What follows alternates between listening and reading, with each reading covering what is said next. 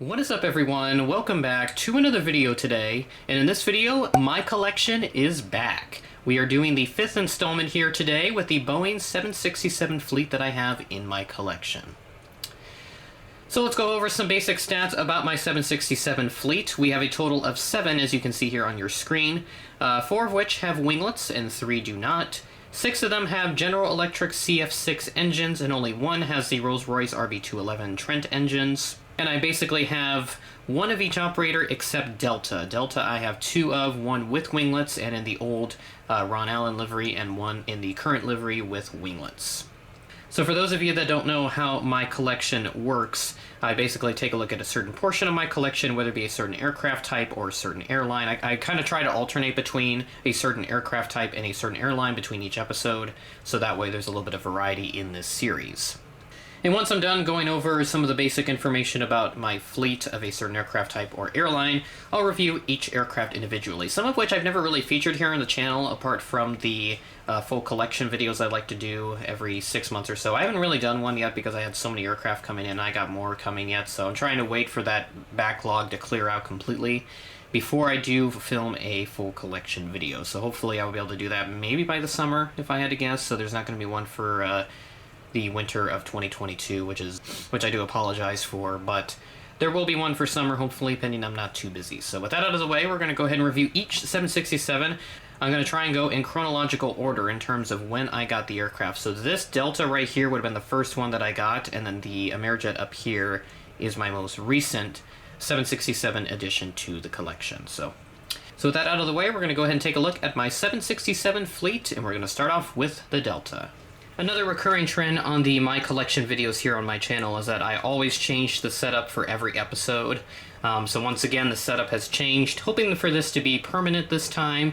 This is the top of my Sioux Falls Airport cargo ramp, as you can see there with the yellow markings and all that stuff. This is where the old Sioux Falls Airport terminal used to be, and I moved it over onto the table, the green card table that I now use for the passenger terminal. So there's kind of something that I want to mention here because some people have obviously noticed that I change the setup every episode, but I'm hoping that this one will be permanent, I promise. Just have to clear off the cargo ramp after I do a Sioux Falls Airport update, and then set up all the aircraft and we'll be good to go. So to start off, we have this Delta 767-300 with no winglets in the Ron Allen interim livery. So this is one that most people are not really fond of for some reason, but I personally like this livery on some of the aircraft that are slightly newer. So that includes like the 767-400 and the 777-200 aircraft that they had, because I know one did get the 777, because I know one 777 did get that Ron Allen livery. I think it was like their first batch or so that did take delivery of it. And I do have a Delta 777 in the Ron Allen livery in my collection. Here's a quick picture of it that will pop up on your screen. It's a really, really nice model. I'm really happy to have it. But to hop into the review, we'll start up front here. We got the cockpit windows, got a little SkyTeam logo, so in the early years of the airline alliances. Got the L1 door there, the Delta Airlines logo, along with the classic widget there. That's the hard widget that they did introduce.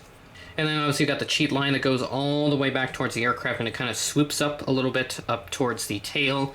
Exact registration of this aircraft, there it is, November 1906, Delta November. Not sure this one is still flying with Delta, but since it's quite an old aircraft, I wouldn't be surprised since it's been retired. And then we have the Delta tail, which looks kind of neat. Kind of simple, but that's just kind of how it was then in the 90s for Delta. So the Delta title's there, and then a dark blue and red tail. And obviously the engines are General Electric CF6s, and then we flip underneath here, you can see that they did try like a silver paint. They didn't necessarily like polish it and give it like a chrome shine to it, because I don't think that's how it was. It's just kind of like the silver paint. I don't know, maybe it was polished at some point, but it seems like that they didn't really do it. I've had this model for so long. This is probably the second ever Gemini Jet model I ever picked up, and really the only damage it has suffered is just the rubber tires kind of coming off. One of them is missing, as you can see there, right in this area. And then obviously some of the rubber there on the nose tires have kind of fallen apart. I think this is like a Tucano mold, I think. I read it a while ago that this is like a mold from another manufacturer. I think it's Tucano, if I remember correctly. If not, let me know in the comments. But that's just kind of what I remember it as, since it's slightly different compared to the current 767 offerings that Gemini Jets has today. That's it for the first aircraft. We'll move on to the next one. Next up, we have my WestJet 767-300ER with winglets. This is my first 767 with winglets and my first WestJet aircraft in the collection. As far as I know, WestJet no longer uses these. They now have the 787-9s, which are really nice. I'm hoping to find a model of that one day.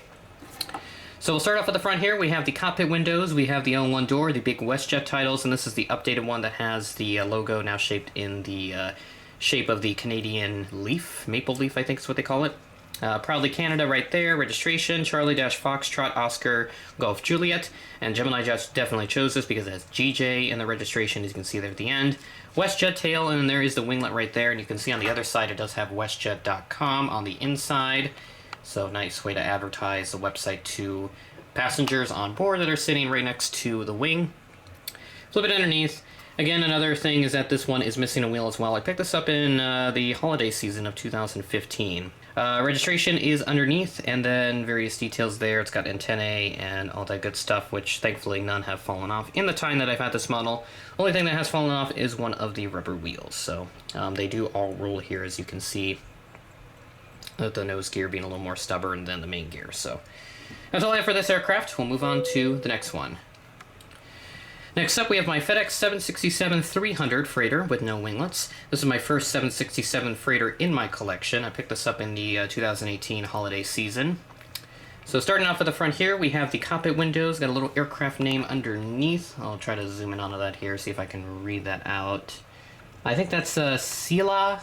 I think that's how it's pronounced. I'm not sure how to pronounce that exactly, so apologies if I mispronounce that. And moving back over, we have the World on Time titles underneath. Got the L1 door, the FedEx Express titles, and along with the cargo loading door right there. FedEx Express titles on the engine, and then there's a registration, November 103 Foxtrot Echo. This is the 2017-18-ish release, but it would have said it there on the info that popped up at the start of this portion of the video. And then we have the purple tail with the FedEx logo. A little bit underneath here, let's see what we got going on under here. So we have a nice gray underbelly, and then part of the purple goes underneath here, but mostly just like a nice grayish underbelly. And yeah, just kind of a plain white aircraft, so nothing too special here. But it is nice to have the FedEx 767. I don't know why Sioux Falls never gets these. We get their 75s and A300s, and UPS sends their 767s here, but we never get FedEx 76s. I've never seen one. I think maybe once or twice I did, but I never got good images of those, so yeah. Next up, we have my UPS 767-300 freighter. This one is my first 767 freighter with winglets. So start off at the front here, we have the cockpit windows, got the L1 door. There's some details there right next to L1 door. I'll try to zoom in on that. I can't tell what that is. Almost looks like, kind of looks like a thermometer to me for whatever reason, but I know dang well that's not a thermometer. And we have the worldwide services title, so this is the current livery that they use. Got the cargo loading door, and then the brown that starts to kind of take over the entire rear of the aircraft. Registration, November 320 Uniform Papa, UPS tail as expected. No UPS logo on the engines for this one. And underneath, pretty much all white, nothing too crazy here. Gemini Jets logo, stand hole. Yeah, not much to kind of make mention of on the underbelly of the aircraft. So that's pretty much all I have for this one. We'll move on to the next one. Next up is my Delta 767-300ER with winglets. This is the, I think, 2017 release by Gemini Jets. All these are Gemini Jets, I should mention. I don't think I mentioned that at the beginning, but all of the 76s that I currently have are Gemini. So we'll start off at the front here. We got the cockpit windows, little SkyTeam logo, got the L1 door, the Delta titles along with the widget, and then you can see there that there are some paint blobs there because I did buy this from the Greyland Station store when I was there in Chicago in April of 2019. So probably secondhand if I had to guess, but really interesting that those paint blobs are there. I've never really seen that in any of my other models, so that's kind of interesting, but it doesn't really affect the model too much. Everything else looks okay. And then we have the Delta tail up there. Registration November 173 Delta Zulu. And we'll flip it underneath there. You got the big Delta belly underneath. Everybody loves Delta belly. Got the Gemini Jets logo. All the wheels are present on this model, so nothing is broken or missing on this one. And yeah, pretty much all I have to mention there. There's the top of the aircraft. I haven't really shown that much in the review, or I haven't mentioned it much, rather. But there's a little Wi-Fi dome and all that good stuff up at the top. So move on to the, yeah, it's going to be the penultimate aircraft of the video. Next up is my Eastern 767-300 with no winglets, and this one has the Rolls-Royce engines. I think they're RB211s. They might be Trents, not 100% sure, but I did say RB211 and Trent simultaneously, but I think those are different types of Rolls-Royce engines. So sorry for that. Sorry for that error there. But we have the cockpit windows up here, and then we have the L1 door, the big Eastern titles. The American flag is right next to the Eastern logo, which I haven't really seen before, and that's kind of interesting. This is the new fingerprint livery that they have, by the way. This is a different iteration of Eastern Airlines. They've had 3 separate iterations. Obviously, the OG one from the last up until 1991, and then the one that was started with 737-800s and was eventually absorbed into Swift Air, which has since been absorbed into iAero Airways. So you got those weird hybrid ones now. Registration is November, I think that's a 705 Kilo Whiskey. I'll zoom in on that side to confirm, and it is 705 Kilo Whiskey. Boeing 767-300 underneath the window, and then we have the Eastern tail. Still got the iconic, I'm not really sure what you call that. It might be like a bird or something, but it does bear resemblance to what Eastern used to have for their livery, which is the hockey stick. Really nice livery, I love that. And you see some of the fingerprint design carries over onto the engines. Underneath, pretty much all white. Nothing too crazy under here, so nothing to mention there. So yeah, I picked this up in April 2021, right ahead of Massive Unboxing number 8. I was originally going to call that the April Model Extravaganza, but then I decided to combine it all into one Massive Unboxing. So that's why I did make a mention of that, and it never really surfaced apart from that. I didn't want to make all separate unboxings, but I figured it'd be best for me to do a big Massive Unboxing on all those orders I got. So that was fun to do, especially with the March stuff coming in from Gemini Jets, March 2021. Move on to the final model of the aircraft. Speaking of the March releases,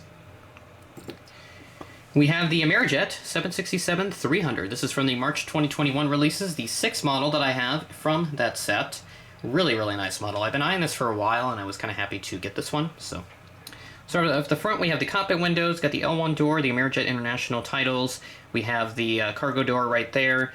American flag back over there, registration November 349er Charlie Mike, and then we have the Amerijet tail there, the logo on the tail, and then obviously the winglet there, you can kind of see the same logo there that's applied on the tail.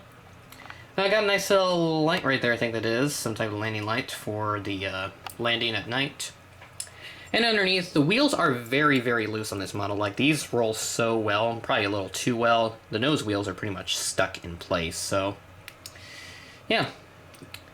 And that's it for this episode of My Collection. It's kind of quick, I know. It's a bit quicker than what I used to do with the My Collection series, but I figured I'd bring this back and retro reviews as well, just to kind of make the content a little more various, if you will, here on the channel. So, been on that grind mindset here today on the big game, the day of the big game. I'll refer to that as the big game for obvious reasons, but yeah, so I got one video uploaded recently, and then this one will obviously be edited here a little bit later. And also some news here. I will put some bit of text or like some type of announcement that'll say otherwise if this is not the case, but current plan is I will be going to Minneapolis again for the 5th consecutive year. I'm really excited to go, but this is obviously all weather permitting, of course, because as we know, weather is kind of a big issue with this. I've never really mentioned this before, but weather proves to be quite an issue with our Minneapolis trips. Every year, it's always on the way to or from, we encounter some type of road trouble or weather trouble.